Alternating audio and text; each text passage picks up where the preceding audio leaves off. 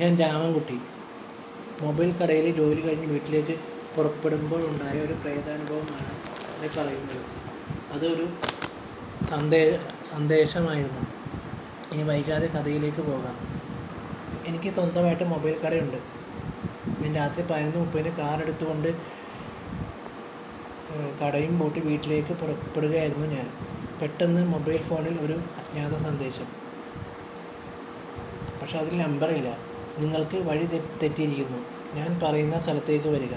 നിങ്ങൾ ഭയപ്പെടേണ്ട കാര്യമില്ല. കാരണം ഞാൻ ഒരാത്മാവാണ്.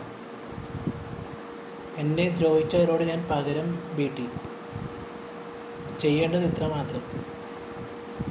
ആരതി റോഡെന്ന വഴിയിൽ കയറിയിട്ട് വലത്തോട്ട് തിരിഞ്ഞാൽ 4ാമത്തെ വീട്ടിൽ ചെല്ലുക. ആ വീട്ടിൽ ചെന്ന് കഴിഞ്ഞാൽ അവിടെ മതിലിൻ്റെ പുറമെ താക്കോൽ എടുത്ത് വെച്ചിട്ടുണ്ട്. ആ താക്കോൽ എടുത്ത് ഗേറ്റ് തുറക്കുക.